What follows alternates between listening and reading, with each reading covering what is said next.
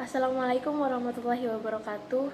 Perkenalkan, nama saya Fatimatuz Zahroh dari jurusan KSDP, Prodi PGSD, Universitas Negeri Malang. Hai teman-teman, nama saya Kartika Nugrahini Murti dari jurusan KSDP, Prodi PGSD, Universitas Negeri Malang. Perkenalkan, nama saya Krismia Fatmawati dari jurusan KSDP, Prodi S1 PGSD, Universitas Negeri Malang. Perkenalkan, nama saya Yuwana Hermenya Putri dari jurusan KSDP, Program Studi PGSD Universitas Negeri Malang. Di sini saya akan menjelaskan mengenai pengertian model perencanaan pembelajaran. Model perencanaan pembelajaran adalah kegiatan merumuskan tujuan apa yang akan dicapai oleh suatu kegiatan pengajaran, cara apa yang dipakai untuk menilai tujuan tersebut, dan materi atau bahan apa yang diperlukan.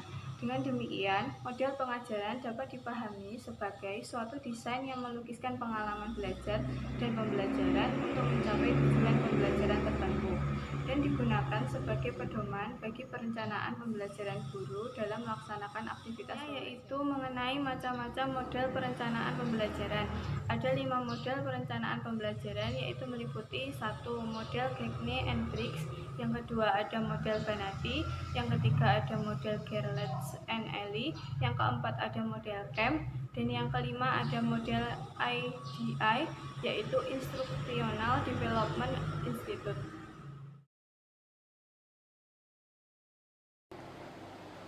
Yang pertama, saya akan menjelaskan tentang model perencanaan pembelajaran menurut Gagne dan Briggs.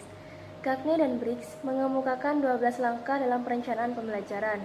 Yang pertama yaitu analisis dan identifikasi kebutuhan. Yang kedua yaitu penerapan tujuan umum dan khusus. Yang ketiga yaitu identifikasi alternatif cara memenuhi kebutuhan. Yang keempat yaitu merancang komponen dari sistem. Yang kelima yaitu analisis, baik itu sumber yang diperlukan, sumber-sumber tersedia, maupun kendala-kendala. Selanjutnya, yang keenam yaitu kegiatan untuk mengatasi kendala-kendala. Model perencanaan pembelajaran Gagne and Briggs yang ketujuh adalah memilih atau mengembangkan materi pembelajaran. Maksudnya, tenaga pendidik itu harus mengembangkan materi pembelajaran agar pembelajaran menjadi menarik dan murid mempunyai wawasan yang luas. Yang kedelapan adalah merancang prosedur penelitian untuk murid. Yang kesembilan, uji coba lapangan dengan melakukan evaluasi formatif. Evaluasi formatif adalah tes hasil belajar untuk mengetahui keberhasilan pembelajaran yang dilakukan oleh guru untuk memperbaiki proses belajar mengajar ke depannya ke arah yang lebih baik. Yang ke-10 adalah penyesuaian, revisi, dan evaluasi. Yang ke-11, evaluasi sumatif. Apa itu? Yaitu evaluasi pada setiap akhir satuan waktu untuk mengetahui sejauh mana peserta didik dapat berpindah dari unit 1 ke unit berikutnya. Yang ke-12 adalah pelaksanaan operasional. Kemudian yang selanjutnya yaitu model perencanaan pengembangan pembelajaran menurut Banati. Pengembangan pembelajaran menurut Banati terdiri dari 6 langkah. Yang pertama yaitu merumuskan tujuan pembelajaran. Kemudian yang kedua yaitu mengembangkan tes. Yang ketiga yaitu menganalisis kegiatan belajar. Yang keempat yaitu mendesain sistem pembelajaran. Kemudian yang kelima adalah melaksanakan kegiatan mengetes hasil. Dan yang terakhir yaitu mengadakan perbaikan. Dari langkah-langkah yang telah disebutkan, terdapat kelemahan dalam model pembelajaran menurut Banati ini. Salah satunya yaitu karena sedikitnya langkah dikhawatirkan tidak akan efisien. Di sini saya akan menjelaskan tentang model pembelajaran Gerlach dan Ely. Model pembelajaran Gerlach dan Ely merupakan suatu metode perencanaan pengajaran yang sistematis. Model ini menjadi suatu garis pedoman atau suatu peta perjalanan pembelajaran karena dalam model ini diperhatikan keseluruhan proses belajar mengajar yang baik, sekalipun tidak menggambarkan secara rinci pada setiap komponennya. Pengembangan sistem pembelajaran menurut Gerlach dan Ely terdiri dari 10 langkah. Yang pertama, merumuskan tujuan pembelajaran. Untuk merumuskan tujuan pembelajaran harus bersifat jelas, tidak abstrak dan tidak terlalu luas, dan operasional agar mudah diukur dan dinilai. Kedua yaitu menentukan isi materi. Isi materi harus sesuai dengan tujuan yang ingin dicapai dan yang akan diajarkan pada siswa hendaknya dipilih pokok pembahasan yang lebih spesifik. Yang ketiga, menurut kemampuan awal atau penilaian kemampuan awal siswa. Kemampuan awal siswa ditentukan dengan memberikan tes awal. Pengetahuan tentang kemampuan awal siswa ini penting bagi guru agar dapat memberikan posisi pembelajaran yang tidak terlalu mudah. Yang keempat yaitu menentukan teknik dan strategi. Pada tahap ini, pengajar harus menentukan cara untuk dapat mencapai tujuan instruksional dengan sebaik-baiknya. Yang kelima yaitu pengelompokan belajar. Setelah menentukan pendekatan dan metode, pengajar harus mulai merencanakan bagaimana kelompok belajar akan diatur dan menentukan pembagian waktunya. Yang keenam yaitu menentukan pembagian waktu. Rencana penggunaan waktu akan berada berdasarkan pokok permasalahannya, tujuan-tujuan yang akan dirumuskan, ruang yang tersedia, pola-pola administrasi, serta abilitas dan minat-minat para siswa. Ketujuh yaitu menentukan ruangan.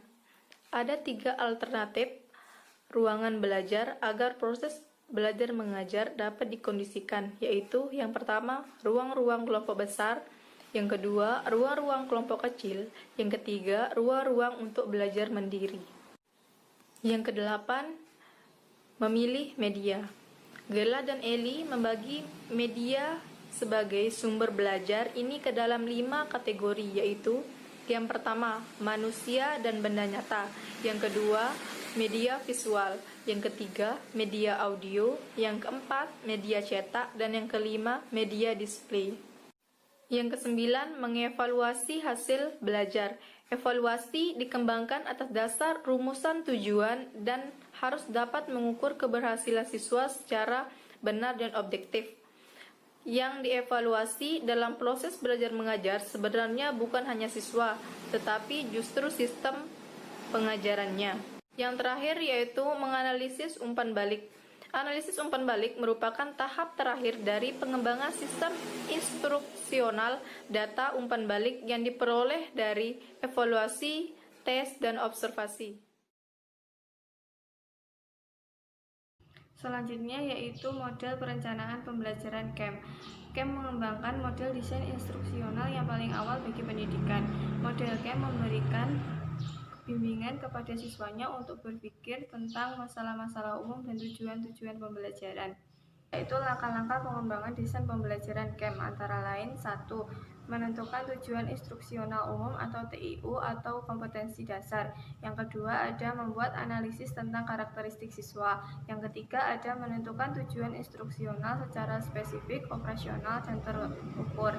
Yang keempat ada menentukan materi atau plan ajar yang sesuai dengan tujuan instruksional. Yang kelima yaitu menetapkan penjajakan atau tes awal atau yang disebut dengan pre-assessment. Yang keenam yaitu menentukan strategi belajar mengajar, media dan sumber belajar. Yang ketujuh yaitu mengkoordinasikan sarana penunjang yang diperlukan meliputi biaya, fasilitas, peralatan, waktu, dan tenaga. Dan yang terakhir, yang kedelapan yaitu mengadakan evaluasi. Yang selanjutnya adalah model perencanaan pembelajaran model IDI atau singkatan dari Instructional Development Institute. Pada model IDI ini terdapat 3 tahapan besar yang harus dilakukan. Pada setiap tahapan besar dibagi menjadi beberapa tahapan sebagai berikut. Yang pertama adalah penentuan. Penentuan itu memuat langkah-langkah. Yang pertama, identifikasi masalah mengenai kebutuhan siswa dan pengalaman belajar yang akan diberikan.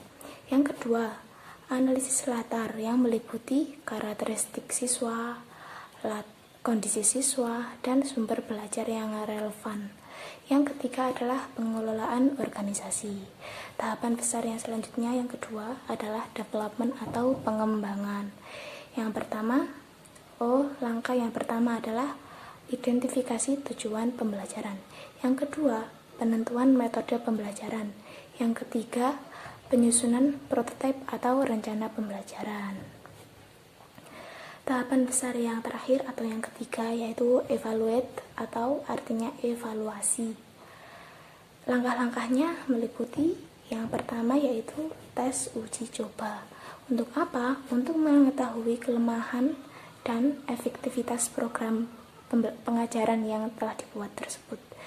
Yang kedua adalah analisis hasil yang memuat pencapaian tujuan pembelajaran, kesesuaian metode pembelajaran, dan apakah di dalamnya itu masih ada kesalahan di instrumen evaluasinya. Cukup, terima kasih. Jadi kesimpulannya adalah setiap model perencanaan pembelajaran memiliki langkah-langkah yang berbeda, dan setiap model pasti memiliki kelebihan dan kekurangan masing-masing. Sekian dari kami. Assalamualaikum warahmatullahi wabarakatuh.